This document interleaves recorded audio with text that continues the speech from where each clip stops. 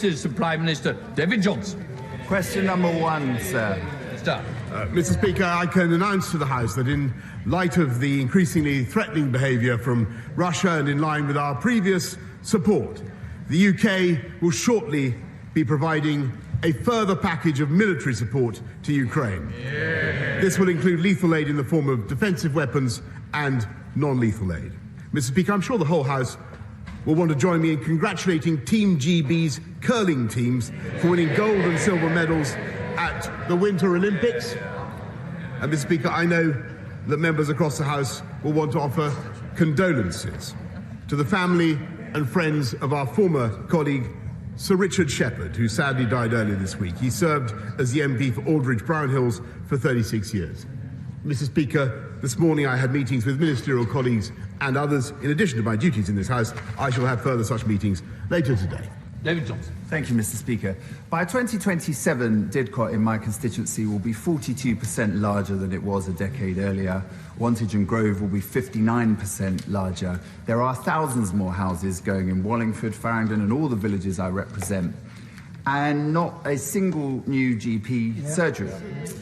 Does my right honourable friend agree that where we build new houses, we have to build new infrastructure so that people can still access the services they need to?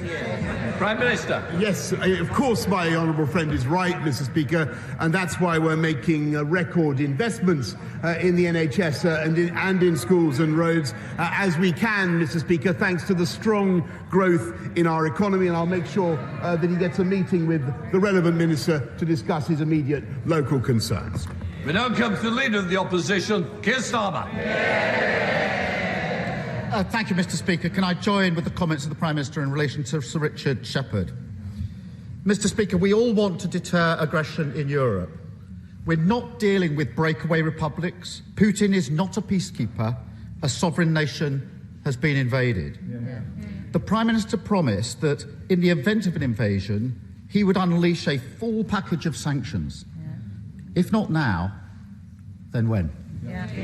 Prime Minister. Mr. Speaker, as I said, the UK has been out in front in offering military support to Ukraine, and I'm grateful for what he said yesterday about the need to make sure that we keep ammunition in reserve for what could be a protracted struggle over this issue. But let the House be in no doubt about the extent of the package that has already been set out yesterday and what we are already doing. Because, Mr. Speaker, I don't think people quite realise that the UK is out in front. We've sanctioned 275 individuals already. Yesterday we announced measures that place banks worth £37 billion, worth £37 billion under sanctions in addition to more oligarchs. And, Mr. Speaker, there is more to come, and we will be stopping Russia. We will be stopping Russia from raising sovereign debt, stopping Russian companies from raising money, and stopping Russian companies, as I said yesterday, even clearing in sterling and dollars on international markets, Mr. Speaker. That will hit Putin where it hurts, but it is absolutely vital that after this first barrage, we work in lockstep with friends and allies around the world. And we squeeze him simultaneously. We squeeze him simultaneously in London, in Paris, in New York at the same time. Unity, Mr. Speaker, is absolutely vital. I hear what the Prime Minister says about sequencing and about further sanctions. But there's already been an invasion. And there's clearly concern across the House that his strategy, I accept unintentionally, could send the wrong message. So if the Prime Minister now brings forward his full package of sanctions, excluding Russia from financial mechanisms like SWIFT and a ban on trading in Russian sovereign debt, he will have the full support of the House. Will he do so? I'm grateful. Mr. Speaker, I think yesterday, and I'm grateful, by the way, for the general support that the opposition have given, not just to our economic sanctions, but also to the package of military support, which will, as I've said, intensify. What we want to see, Mr. Speaker, is de-escalation by Vladimir Putin. There's still hope that he will see sense, but we are ready very rapidly to escalate our sanctions as I have set out. And under the measures that this House has already approved, and that we can now target, Mr. Speaker, any Russian entity, any Russian individual. We can already target not just the breakaway republics, the so-called breakaway republics in the Oblast of Donetsk and Lugansk. We can target members of the Duma who voted to recognize them. This is the most far-reaching piece of legislation of its kind, and I'm glad that it has his support. Keir Starmer. It does have my support, and if it's used, we will support it. We must also do more to defeat Putin's campaign of lies and disinformation. Russia today is his personal propaganda tool. I can see no reason why it should be allowed to continue to broadcast in this country. So will the Prime Minister now ask Ofcom to review its licence? Prime Minister. Mr. Speaker, I believe that my right honourable friend, the Secretary of State for Culture, Media and Sport, has already asked Ofcom to review that matter. But what I will say, Mr. Speaker, is that we live in a democracy, Mr. Speaker, and we live in a country that believes in free speech. And I think it's important that we should leave it up to Ofcom rather than to politicians to decide which media organisations to ban. That's what Russia does. Keir Starmer. The request was for a review, and I'm very glad to hear that that review is now happening. Mr. Speaker, I'm not going to be deflected from the unity that this House needs just at the moment. At the weekend, the Prime Minister said that if Russia invades Ukraine, he will open up the Matryoshka dolls of Russian-owned companies and Russian-owned entities to find the ultimate beneficiaries within. Well, Russia has invaded, and it's time to act. If the Prime Minister brings forward the required legislation to do this, he will have Labour's support. So will he commit to do so in the coming days? Prime Minister. Mr. Speaker, we are, as I said, bringing forward in the next wave of sanctions measures that will stop all Russian banks, all oligarchs, all Russian individuals raising money on London markets, and we are also accelerating, Mr. Speaker, the economic crime bill, which will enable us in the UK to peel back in the next session, Mr. Speaker, to peel back the facade of beneficial ownership of property in the UK and of companies. It's gone on for far too long.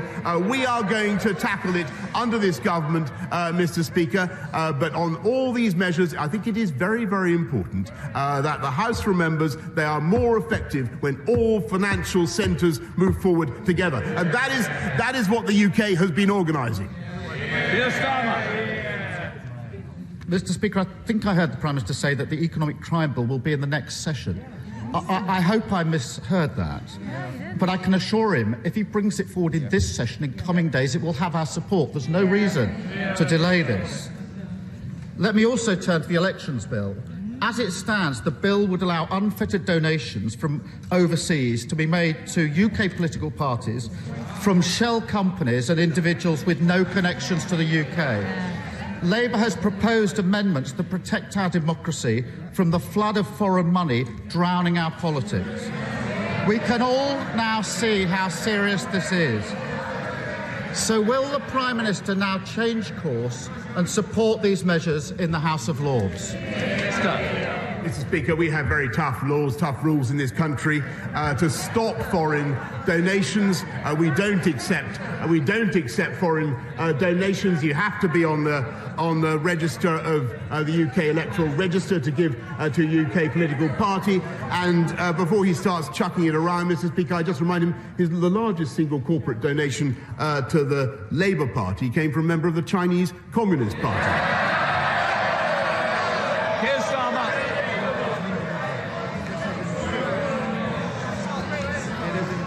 No, Mr. Speaker. at this moment, as the House agreed yesterday, we have to stand united. And I am not going to be deflected from that. I note the Prime Minister did not agree to change the elections bill. I think that's a mistake, and I ask him to take it away and look at it again, those amendments in the Lords. Putin has invaded a sovereign European nation. He is attacked because he fears openness and democracy, and because he knows that, given a choice, people will not choose to live under erratic, violent rule. He seeks division. We must stay united. He hopes for inaction, so we must take a stand. He believes that we're too corrupted to do the right thing, so we must prove him wrong. And I believe that we can. So will the Prime Minister work across the House to ensure that this is the end of the era of oligarch impunity by saying that this House and this country will no longer be homes for their loot? Prime Minister. Mr. Speaker, I don't think any government could conceivably be doing more to root out corrupt Russian money, and that is what we are going to do. And I think we can be proud of what we've already done and of the measures that we have set up. Mr. Speaker, I'm genuinely grateful for the tone of his last question and for the support he has given. And he is right that it is absolutely vital that we in the UK should stand united. And people around the world can see that the UK was the first to call out what President Putin was doing in Ukraine. We've been instrumental in bringing the world together, the Western world together in lockstep to deal with the problem, to bring together the economic package of sanctions that I have set out. Mr. Speaker, there is still time for President Putin, as I've said, to de-escalate.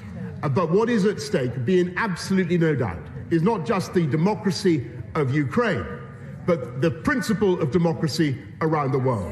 And that is why the unity of this House is so important today, and it is absolutely vital that the United Kingdom stands together against aggression in Ukraine. And I am grateful for the broad support that we've had today from the Leader of the Opposition.